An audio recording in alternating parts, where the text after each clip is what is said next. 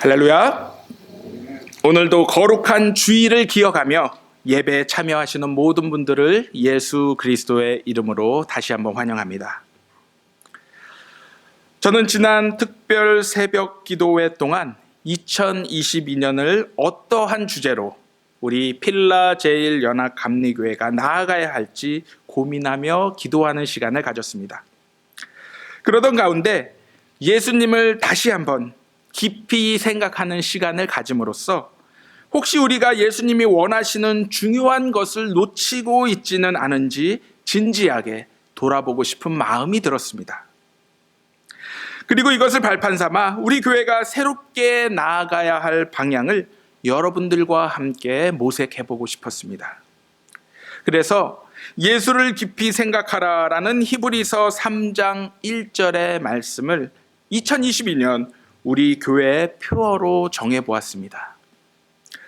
그렇다고 하여 예수님을 깊이 생각하는 것을 마치 신학적이거나 혹은 철학적으로 생각하는 것이라 오해는 하지 마시기 바랍니다. 예수님을 깊이 생각하는 것은 예수님과 상관없는 삶에서 이제는 예수님과 연관된 삶으로의 전환을 의미합니다. 한마디로 우리의 삶에 예수님이라면 어떻게 하실까라는 질문을 던지며 예수님의 방법대로, 예수님의 뜻대로 살고자 노력하는 것이 다름 아닌 예수님을 깊이 생각하는 것입니다. 그러므로 올 한 해 매 순간 결정하기에 앞서 예수님이라면 어떻게 하실까라는 예수님의 뜻과 방법을 깊이 생각해 봄으로써 우리와 우리 교회를 향한 하나님의 뜻을 발견하고 그 뜻을 향해 온전히 순종하며 나아가는 귀한 시간이 되기를 주님의 이름으로 기도합니다.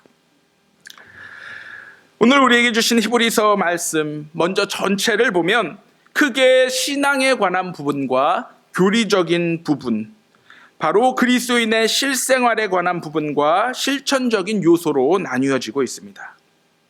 특히 오늘 우리에게 주신 이 말씀은 이 두 가지 요소가 잘 조화되어져 있는 말씀입니다. 즉 우리가 고백하는 신앙의 사도요 대제사장이신 예수 그리스도를 통해 구원받은 그리스도인들이 과연 어떠한 모습으로 세상 속에서 살아가야 하는지 잘 보여주고 있기 때문입니다. 먼저 오늘 말씀은 예수 그리스도가 우리가 고백하는 신앙의 사도다라고 말씀하고 있습니다. 사도의 원어적 의미는 보내다 혹은 파견되다라의 뜻을 가지고 있습니다. 원래 이 말은 왕을 대신하여 다른 나라를 방문하는 사신단이나 혹은 사절단에게 사용되었던 단어입니다. 비록 왕이 그 나라에 가지는 못하더라도 왕의 권한을 위임받은 사신들이 왕과 같은 역할을 하도록 권한이 주어지는 것입니다. 하나님은 자신의 독생자 아들이신 예수님에게 하늘과 땅의 모든 권세를 허락하시어 이 땅에 최초의 사도가 되도록 하셨습니다. 또한 오늘 말씀은 예수님이 우리의 대제사장 되심을 말씀하고 있습니다. 그렇다면 대제사장은 누구이며 어떠한 역할을 하는 사람이었겠습니까? 구약 성경에 등장하는 제사장은 하나님과 사람 사이의 중보자 역할을 했던 사람으로 이스라엘 백성들을 대신하여 하나님께 예배드리는 일을 하였습니다. 대제사장은 이러한 제사장들 가운데 모든 예배를 지휘했던 제사장들의 최고 지휘자였습니다. 특히 대제사장은 1년에 한 번 대속죄일에 지성소로 들어가 속죄 예배를 드리는 중요한 역할을 담당했습니다. 바로 대제사장은 이스라엘 백성들의 대표가 되어 하나님 앞에 나아가 속죄 예배를 드렸으며 동시에 하나님을 섬기는 본을 보여 이스라엘 백성들이 하나님의 율법을 잘 따르도록 또한 지키도록 하는 역할을 감당했던 것입니다. 한마디로 대제사장은 하나님과 이스라엘 백성들 사이에 중보자 역할을 했던 사람으로 이스라엘 백성들의 구원을 위해서는 반드시 필요한 존재였습니다. 이러한 제사장의 중요한 직무를 하나님께서는 특별히 아론 지파에게 허락하셨습니다. 대제사장은 아론으로부터 엘르아살로 계승이 되었고, 이후에는 특별한 일이 없는 한 아론 자손의 장자들에게 꾸준히 계승이 되었습니다. 오늘 말씀을 보면 예수님께서도 대제사장 되심을 말씀하고 있습니다.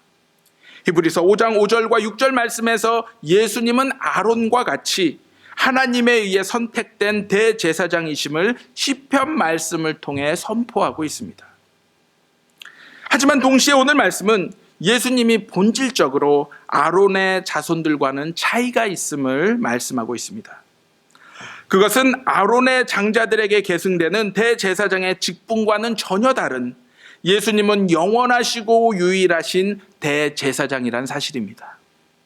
여기서 반차라는 용어가 등장합니다. 이 반차라는 말의 뜻은 순서, 질서, 지위 혹은 계열로 번역이 됩니다. 우리가 쉽게 생각하면 족보에서 따지는 그러한 순서라고 보시면 쉽게 이해가 되실 것입니다. 하지만 오늘 말씀 속에서는 이러한 반차라는 말이 본복이라는 의미로 해석이 될 때 좀 더 적합할 것입니다. 바로 예수님은 멜기세덱의 본보기를 따르는 대제사장이라는 것입니다. 그렇다면 멜기세덱은 누구이며 어떠한 인물이겠습니까? 그는 창세기 14장에서 아론의 조상인 아브라함을 축복한 왕이요, 지극히 높으신 하나님의 제사장으로 등장합니다. 아브라함은 조카 롯을 구하고 오는 길에 멜기세덱을 만나게 됩니다.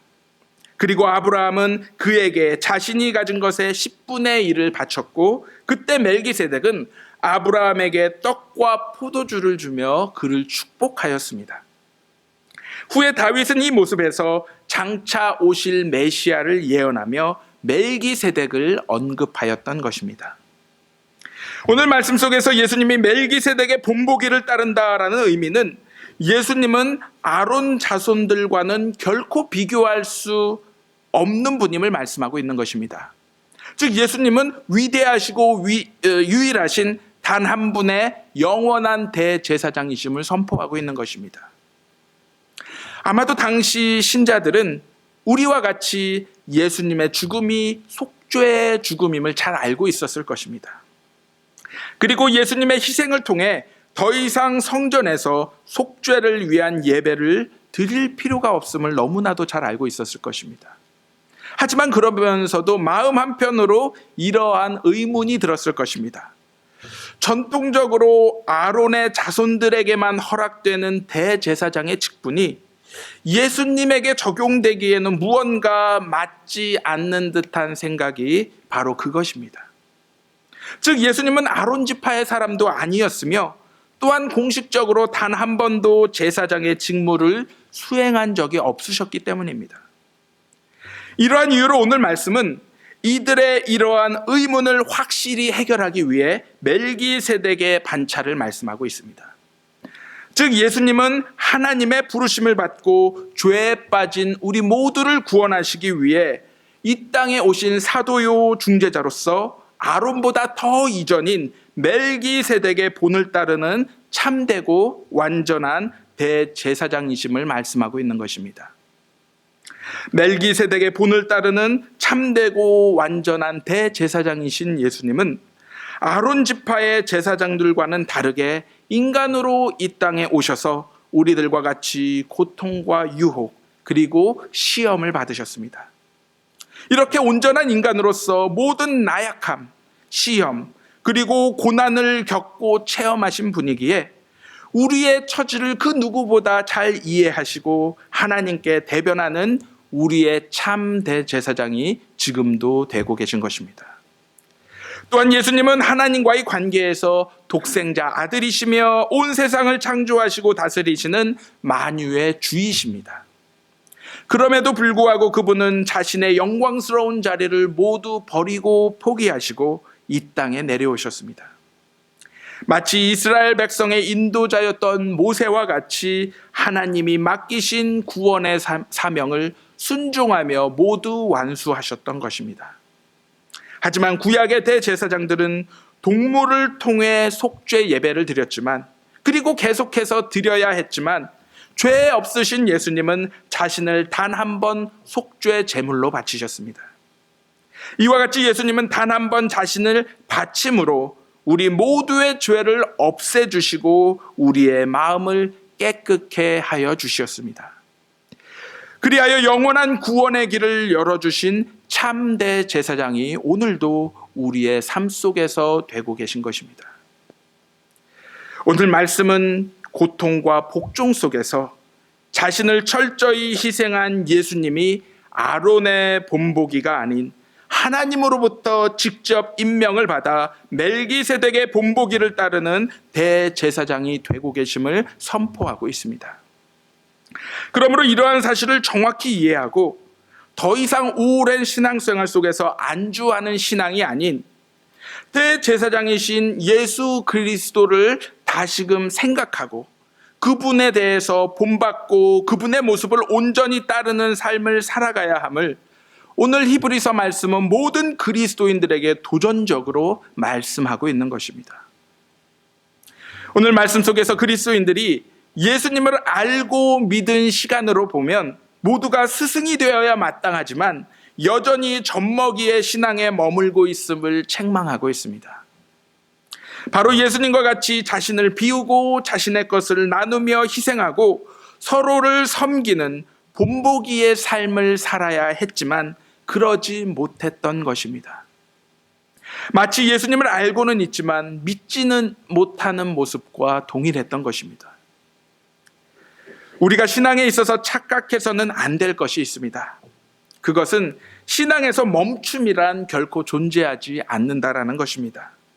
신앙은 앞으로의 성장 아니면 퇴보만이 존재합니다.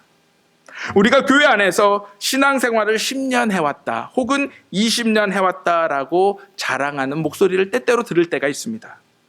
그러나 정작 중요한 것은 우리가 그 시간 동안 얼마나 예수님과 동행하고 그분과 닮아왔느냐입니다. 아무리 신앙생활을 오래 했다 할지라도 우리가 자동적으로 예수님을 믿고 따라가지는 않습니다.